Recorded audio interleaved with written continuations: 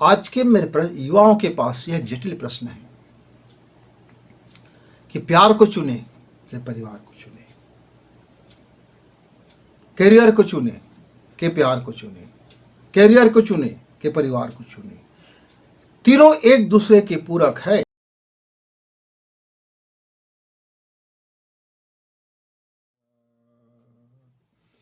मित्रों नमस्कार, आप हैं बसंत गुरु जी के साथ। आज हमारे भारतीय संस्कृति का एक स्तंभ दरक रहा है। मेरे पास आने वाले कितने मित्र जिसके परिवार में टूटन, बिखराव, उलझन झुलस रहा है। माता पिता, वहाँ देखो तो दाम्पत्य जीवन, नववधू आते हैं और झुलसते रहते हैं।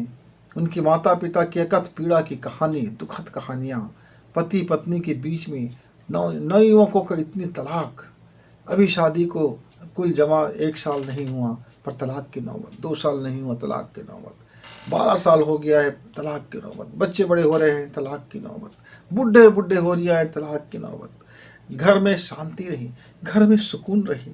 परिवार आखिर किस बाबत है जब परिवार के भीतर शांति नहीं है, परिवार के भीतर प्रेम नहीं है, परिवार के भीतर साहचर्य नहीं है, परिवार में एक दूसरे को समझने को कोई तैयार नहीं है, तो फिर किस बात की परिवार? फिर जीवन में परिवार का मतलब क्या रह गया? समाज का सबसे यदि कोई बहुत पूर्ण घटक है तो वह है परिवार।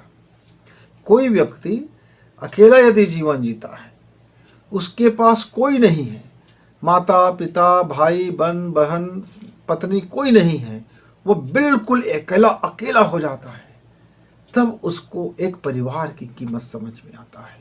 परिवार से जब किसी का मृत्यु हो जाता है, जब पति पत्नी दोनों जीवन जी रहे हैं, एक अंग चला गया, मृत्यु के काल में समा गए, तब दूसरे अंग को इसका गहन अभिमान महसूस होता है कि ओह क्या मेरे जीवन से चला गया।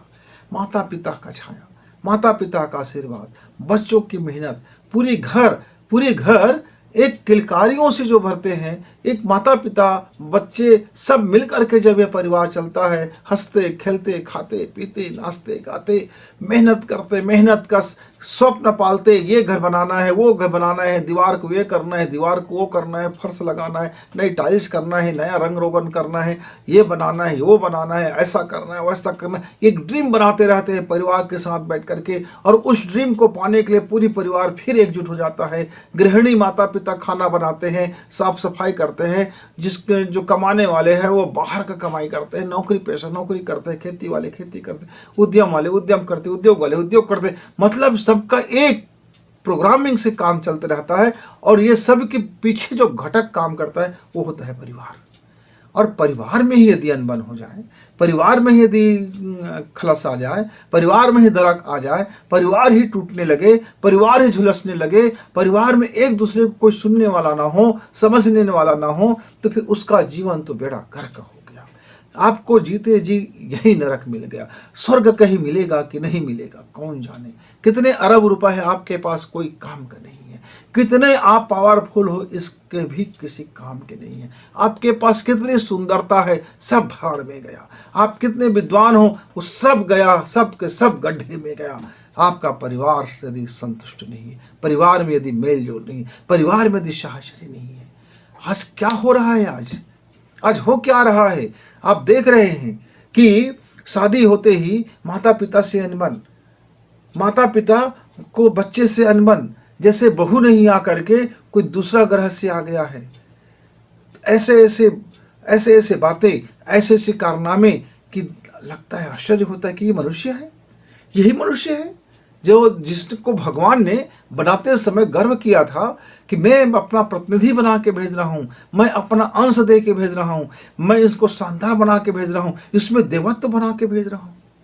पर ये क्या, आज हम देखते हैं अड़ोस में, पड़ोस में, गांव में, मोहल्ले में, शहर में, पढ़ा लिखा, अनपढ़, बड़े से बड़े नौकरी करने वाला, शानदार से शानदार काम करने वाला, अधिकारी, कर्मचारी, आप कह नहीं सकते, हर मनुष्य के बीच में एक ऐसी शैतानी फितरत आ गया है कि परिवार ही टूट रहा है, परिवार ही विखंडित हो रहा है। और जब परिवार में यह विखंडन आएगा तो मेरा देश में विखंडन आएगा, क्योंकि यह पूरा देश यदि किसी से बनता है तो उसका एक इकाई परिवार है। मित्र, यदि आपके और आपके बच्चे में टेंशन है तो आपका बच्चा सही करियर नहीं कर पाएगा।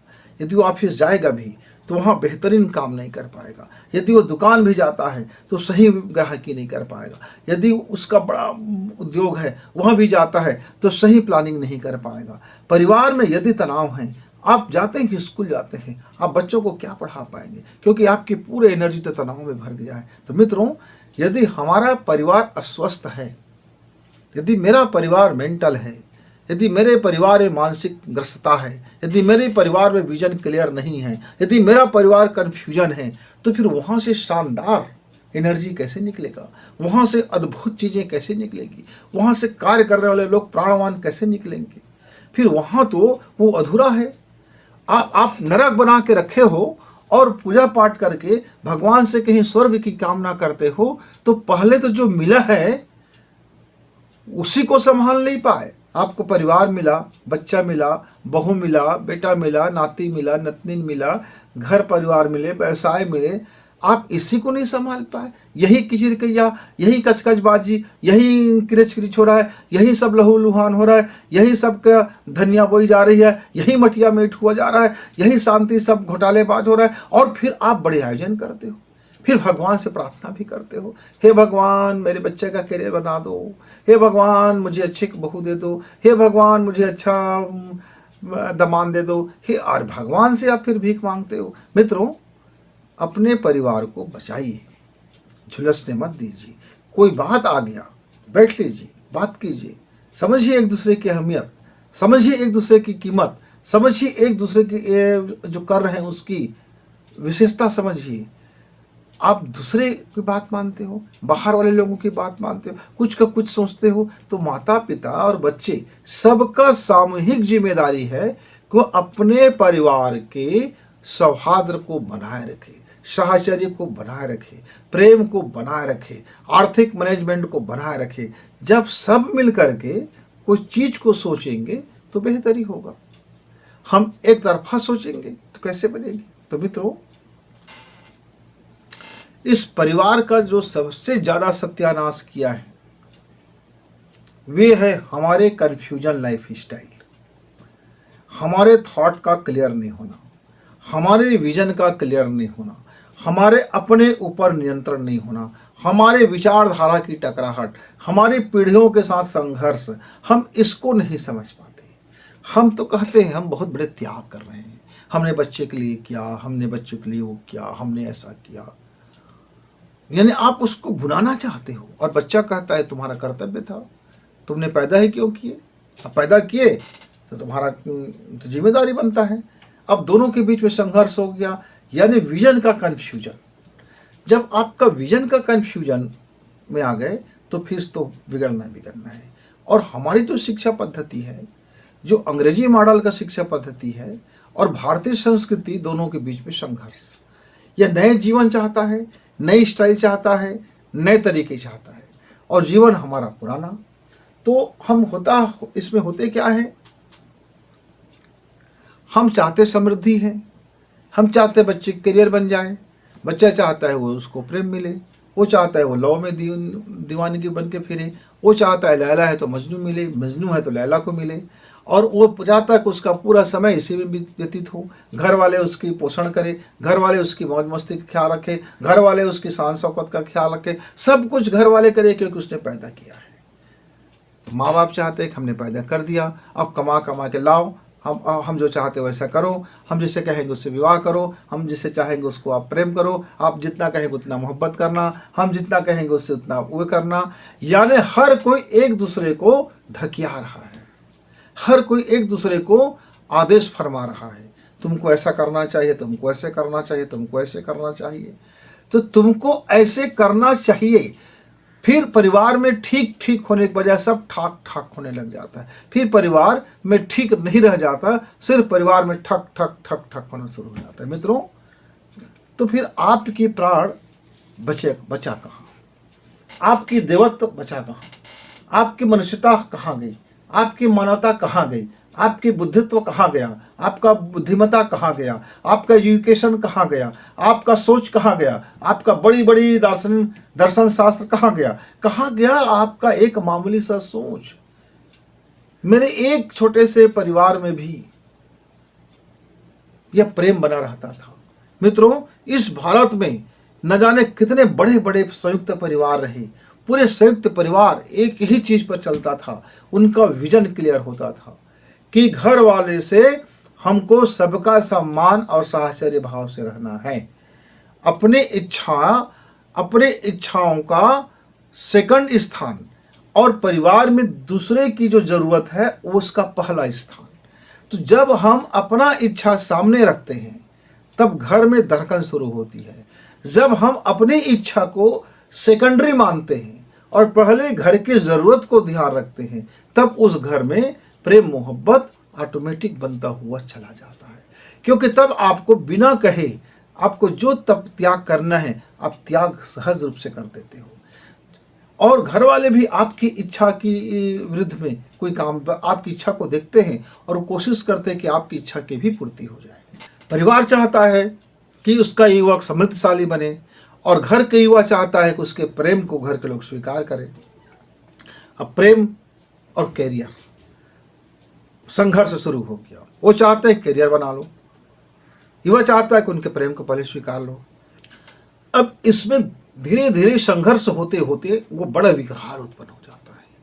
फिर युवा का प्रकृति है, शरीर का एक अपनी मजबूरी है, शरीर अपने विकार में आता है, शरीर अपने चेतना में आती है, शरीर अपने अंगों को वृद्धि करती है, प्रकृति अपने कामों को कराना चाहती है, हमारे डीएनए से वो आती है, काम वासना और कामनी और भावनी, कामनी और दामनी, इसके इर्द गिर्द फिर पूरी जिंदगी घूमने लगती है और हम सहज होकर के जीने के बजाय हमारा जीवन जटिल होता जाता है।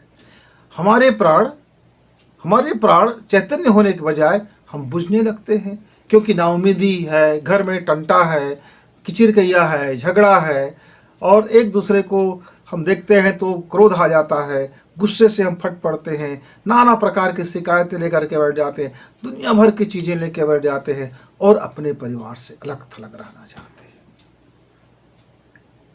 आज का 80% युवा मैरिज के बाद वे अपने माता पिता भाई बंद किसी के साथ अपनी ज़िंदगी शेयर करना नहीं चाहता, क्योंकि उनको लगता है कि ये लोग नासमझ हैं, ये किसी चीज़ को समझते नहीं हैं, इनके बीच में समझ है ही नहीं, ये अपनी गंदगी, अपनी कबाड़, अपनी कूड़ा करकट विचारधारा का ये मेरे परिवार में भी डाल देगा और मेरा आने वाला जनरेशन खराब हो जाएगा। इस चिंता से वह अपने को अलग रखना चाहता है।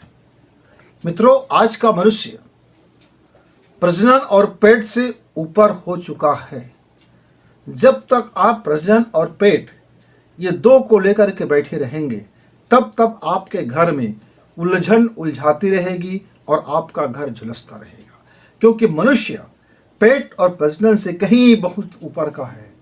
इसकी जो योनि है यह केवल पेट और प्रजनन के लिए नहीं है, यह पूरे विश्व की एक धरोहर है और आपका प्रभाव, आपका अस्तित्व और आपकी महानता इस पूरे विशाल धरती के लिए है। मित्र, जिस दिन आप यह बात समझ जाएंगे उस दिन परिवार की महत्ता समझेंगे। और परिवार मतलब पूरक होता है, एक दूसरे का पूरक। किसी के पास शारीरिक बल है, किसी के पास मानसिक बल है, किसी के पास शांति का बल है, किसी के पास तनाव का बल है, अलग अलग विभागों में अलग अलग तरह के हम लोग अपने अपने गुण को लेकर के पैदा होते हैं और हमारे अपने निजी भी कुछ दोष होते हैं। यदि पूरा परिवार उसके गुण को महत्व करे और दोष को वो थोड़ा कम करने की कोशिश करे, इतने मात्र से परिवार में खुशियाँ इतना मिलता है कि आप कल्पना नहीं कर सकते। घर में मोहब्बत इतना मिलता है कि दुनिया की सारी तकलीफें आप भुला सकते हो। माँ की आंचल की वो महत्ता आपको समझ में आता है जब उसकी गोद में जाते हो। यानी घर में जब लोग बाहें पसार कर आपको अपने गले से लगाते हैं, जब आप कोई मुसीबत में होते हैं, जब आप कोई दुख में होते हैं, जब आप कोई पीड़ा में होता है, दुनिया आपके ऊपर लानतें भेजती है, पूरे संसार में कैक्टस उगाते हैं, उस समय आप घर पहुंचते हो तो सारी चीजों के बावजूद आप नकारा और निकम्मा कुछ भी नालायक होने के बावजूद माँ अपनी ममता से जब आपकी आंचल को ढकता है, तब आपका स्वर्ग भी आपको लगता है कि इसके सामने फीका है। मित्र, एक दिन के एक छोटी सी बात को लेकर के आप अपने परिवार के बाबत जो सोचते हो दृष्टिकोण को बदलिए, नए सिरे से सोचिए आप कौन हो और क्या बनने जा रहे हो। क्या आपका केवल संबंध इस परिवार से पेट के लिए जुड़ा था? क्या इस संबंध सिर्फ आपका प्रजनन तक सीमित था? क्या आपका संबंध मात्र एक रोजी रोटी का है कि मात्र एक छोटी सी भी, बस मैं आप कमाते हो और मैं ला के देता हूं, आप ये है आप वो, यानी एक क्या है? आप अपना सर्किट ठीक करो, आप अपनी ब्रेन के डिजाइन ठीक करो।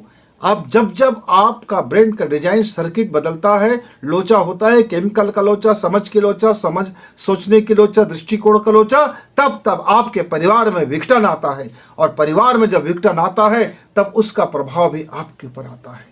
परिवार में किसी को दुख होगा तो आप शांति से नहीं रह सकते। परिवार में कोई गलत चीज होगा तो आप शांति से सुकून से नहीं रह सकते। इसलिए जो मेरे युवा मित्र यह परिवार को त्याग करके जो अकेला जीवन जीता है, कुछ समय तो उसको लगता है वाह मैंने घर परिवार से दूर हो गया हूँ, अब मुझे ना कोई रोकने वाला, ना मुझे कोई टोकने वाला, ना मुझे कोई सलाह देने वाला, ना मुझे कोई गाली देने वाला, मैं अब स्वच्छंद हूँ, अब मेरा कोई कुछ भी ऐसा नहीं, अब मैं मजे से जीवन जीऊंगा। लेकिन होता क्या है?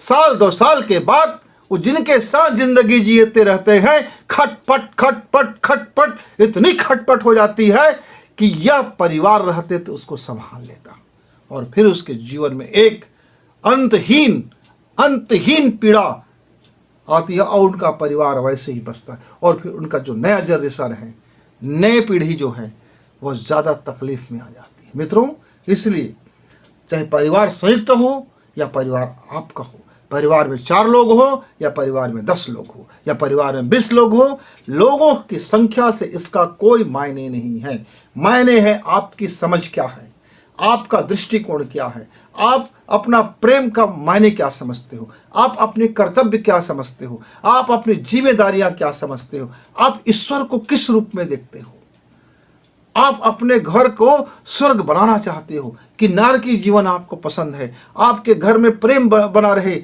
या आपके घर में रोज किचकिच होता रहे। ये दृष्टिकोण का मतलब है मित्रों। यदि आपका परिवार नरकी है तो इसके जिम्मेदार आप सब हुए। यदि आपके परिवार में स्वर्गीय व्यवस्था है तब भी इसका सबको इसका श्रेय है, क्योंकि एक व्यक्ति से परिवार नहीं बनता। परिवार पूरे अंगों से बनता है और सभी अंगों को शानदार होना पड़ता है। मित्रों, इसलिए जब भी आपको कोई प्यार मिले, वह प्यार एक पारिवारिक प्यार हो और परिवार को स्वीकार करे, तब वह परिवार आपके लिए और वह प्रेम आपके लिए काम करे। लेकिन कोई प्रेम, कोई प्यार, कोई लव यह कहे कि आपके घर वाले मुझे स्वीकार नहीं है, केवल आप ही मुझको ठीक लगते हो, आप ही शानदार हो, आपके अलावा आपके घर के सारे लोग बेकार हैं, तब समझ जाइए कि आप सत्यानाश को न्योता दे रहे हो।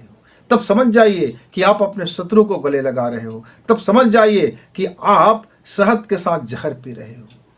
और कोई परिवार सिर्फ इसलिए आपके प्रेम को ठुकरा दे कि उसको दहेज नहीं मिलेगा, उसकी मन पसंद नहीं होगा, वह गोरी चिट्टी नहीं होगा, वह इस जाति का नहीं होगा, वह उस जाति का नहीं होगा, और आपको दबाव पूर्वक कहे कि नहीं आपको छोड़ देना चाहिए, और आपकी फिर कहीं से और किसी के साथ यदि संबंध जोड़ दे, तब वह परिवार भी अपने परिवार को नरक बनाने की पहली फार्मूला अपना लिया है कि उसने अपने बच्चे की भावना नहीं समझा। वह बच्चे को दृष्टिकोण नहीं दे पाया जिससे वह समझ सके कि क्या उसके लिए यह कैरियर, परिवार के बीच में यह प्यार का क्या रोल है। तो कैरियर और परिवार ये 2 आपकी जिंदगी में होगा तब आपके प्यार का कोई रोल होगा, नहीं तो आपका प्यार ठन ठन गोपाल आपको कर देगा। और फिर जैसे लोग कितने लोग आत्महत्या कर लेते हैं। कहीं डॉक्टर देखो आत्महत्या कर लिया, घर में तनाव था, कोई इंजीनियर कर लिया, कोई वकील कर लिया, कोई जज कर लिया, कोई एसपी कर लिया, कोई कलेक्टर कर लिया, कोई फलाने नेता कर लिए। क्या हो गया? परिवार में एक तनाव आ गया और न जाने कौन सी कदम उठा लिया।